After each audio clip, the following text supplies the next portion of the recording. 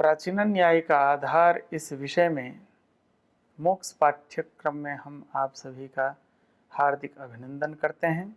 हम इंद्रिय परीक्षा प्रकरण को लेकर के आगे बढ़ रहे हैं। इसके पूर्व में हम इंद्रिय का क्या लक्षण है, इंद्रिय के कितने भेद हैं और इंद्रिय की परीक्षा, इसको लेकर के आपके समक्ष कुछ चर्चा प्रस्तुत किए थे। इस पाठ्यांश में इंद्रिय परीक्षा का सिद्धांत पक्ष, इंद्रियां प्राप्यकारी हैं या अप्राप्यकारी हैं, इसको हम व्याख्यायित करेंगे।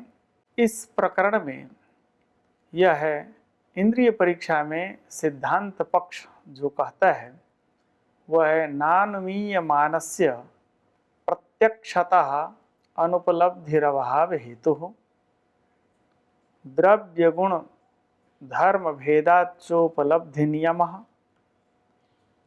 कर्मकारितस्येन्द्रियाणां व्यूहः पुरुषार्थतंत्रः। यह पूर्व पक्ष और सिद्धांत पक्ष यहाँ उपस्थापित किया जाता है। इसके विषय में मध्यम दिन उल्का प्रकाशानुपलब्धिवत् तदुपलब्धि विषयोपलब्धे रनभिव्यक्तितो अनुपलब्धि अभिव्यक्तौ च अभिभवात्। इन सब की चर्चा करते हुए हम यहाँ आपके सामने उपस्थापित करते हैं। इंद्रियां प्राप्यकारी हैं या नहीं हैं, इस विषय में तमाम मत यहाँ उपस्थापित किए जाते हैं। सर्वप्रथम यहाँ पूर्व पक्ष का आक्षेप होता है, अप्राप्य ग्रहणम काचाभ्रपटल स्फटिकांतरतस्योपलब्धेः।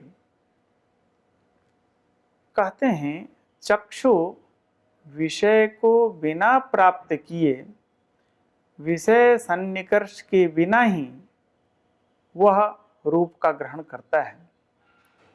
क्यों? जैसे काच अभ्रपटल, काच जो होता है अभ्रपटल स्फटिकैः व्यवहितस्य घटादि वस्तुनः प्रत्यक्षात्। वह स्फटिक के व्यवधान होने पर भी घटादि वस्तु का प्रत्यक्ष करता है। यहाँ पर चक्षु यदि प्राप्यकारी हो तो कांच इत्यादि के व्यवधान होने पर भी वस्तु का दर्शन नहीं होना चाहिए, क्योंकि वहाँ कांच का व्यवधान है। अतः बिना विषय देश को प्राप्त किए चक्षु किसी वस्तु को प्राप्त करने में समर्थ है। यहाँ पर सिद्धांती उत्तर देता है, कुड्यांतरितानुपलब्धेः अप्रतिषेधः। अर्थात कुड्यांतरित व्यवहित जो घटादि हैं वह चक्षु से ग्राह्य नहीं होता है, वहाँ घट का प्रत्यक्ष नहीं होता है। इसलिए पूर्व में जो चक्षु में प्राप्यकारित्व का समर्थन किया गया है, चक्षु वस्तु को बिना प्राप्त किए अप्राप्यकारित्व का जो निषेध किया गया है, उसमें यह समर्थ नहीं होगा। अर्थात पूर्ववर्ती वस्तु को देखने में यदि कोई व्यवधान उपलब्ध है तो उस वस्तु का प्रत्यक्ष नहीं होगा। उस चक्षु से निकले हुए जो रश्मि हैं, उस रश्मि के गति का निरोध संभव नहीं है और जब तक वस्तु का चक्षुरेंद्रिय के साथ सन्निकर्ष नहीं होगा तब तक वस्तु का ज्ञान संभव नहीं है। इसको हम इस सूत्र के माध्यम से जानते हैं, अप्रतिघातात् सन्निकर्षोपपत्ति। दूसरी बात, भौतिक पदार्थ में अप्रतिघात नहीं होता है, इस मत का खंडन सूत्रकार करते हैं। जैसे आदित्य रश्मेः स्फटिकांतरितेपि दाह्ये अविघातात्।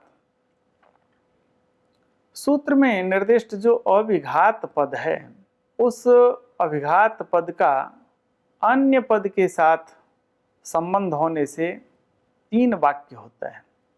जैसे आदित्य रश्मेः अर्थात सूर्य का जो किरण होता है उसका कुंभ के साथ घटादि के साथ संबंध होता है, सन्निकर्ष होता है। तदनंतर जल के साथ में संपर्क होता है और स्फटिकांतरिते अर्थात स्फटिकेन व्यवहिते वस्तुनि प्रदीपेन प्रकाशनीये सति तत्र स्फटिके प्रदीप रश्मीनाम अप्रतिघातात्। वहाँ स्फटिक के व्यवधान होने पर भी प्रदीप रश्मि का प्रतिघात नहीं हो पाता है।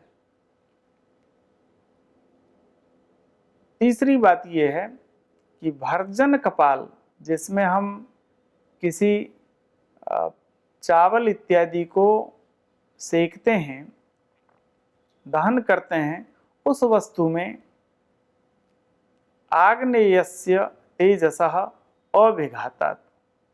इन 3 पक्ष को लेकर के हम आगे बढ़ते हैं। यहाँ पूर्व पक्ष का आक्षेप होता है नेतरेतर धर्म प्रसंगात, अर्थात परस्पर धर्मों में कोई नियम नहीं होता है। यहाँ पर सिद्धांती उत्तर देता है आदर्शोदकयोः प्रसाद स्वभाव्यात् रूपोपलब्धिवत् तदुपलब्धि। जैसे दर्पण में पड़ा हुआ जो जल का बिंदु है, उस जल बिंदु के प्रभाव से उसमें स्वच्छता आती है और द्रव्यांतर से असंयुक्त जो द्रव्य है वह इन्हीं दोनों के मध्य में रहते हुए वस्तु की प्रतीति कराने में समर्थ होता है। इसी तरह जो आदित्य की रश्मि है वह भी स्फटिक के व्यवधान होने पर भी वस्तु के प्रकाशन में समर्थ होता है। एतावता यह सिद्ध होता है इंद्रियां प्राप्यकारी हैं, वस्तु को प्राप्त करके ही उसके अर्थ का प्रकाशन करती हैं। इसके अनंतर हम यह कहते हैं कोई भी वस्तु, जैसे गंध का ग्रहण हम करते हैं घ्राणेन्द्रिय के द्वारा, वह घ्राणेन्द्रिय वस्तु के समक्ष प्राप्त होकर के उससे गंध ग्रहण करने में समर्थ है।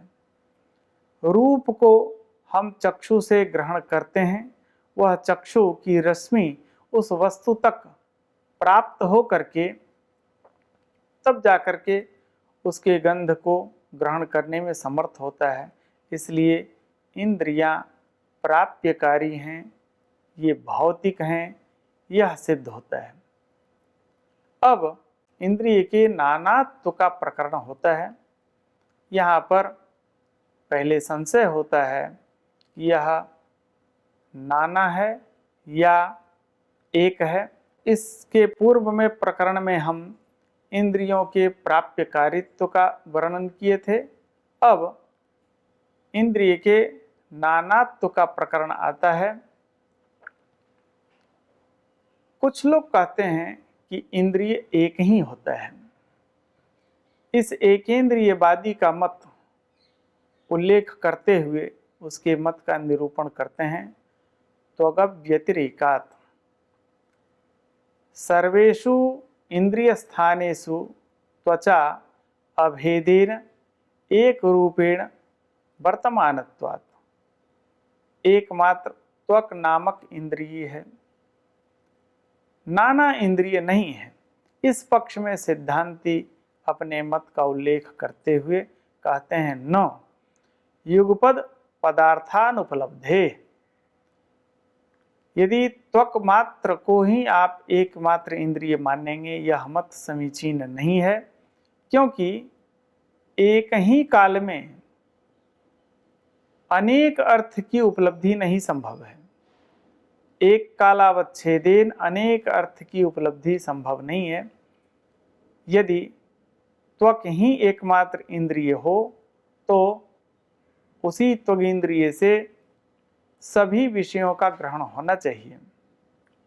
इसी तरह मन भी सभी प्रकार के विषय के ग्रहण में समर्थ हो।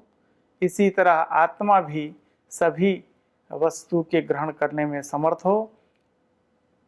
होता क्या है, आत्मा मन के साथ में संयोग करता है, मन का इंद्रिय के साथ में संयोग होता है, इंद्रिय का अर्थ के साथ में संयोग होता है, तभी जाकर के वस्तु का प्रत्यक्ष होता है। यदि हम एक ही इंद्रिय मानेंगे तो सभी विषयों के सभी ज्ञान एक साथ उपलब्ध होने लगेंगे।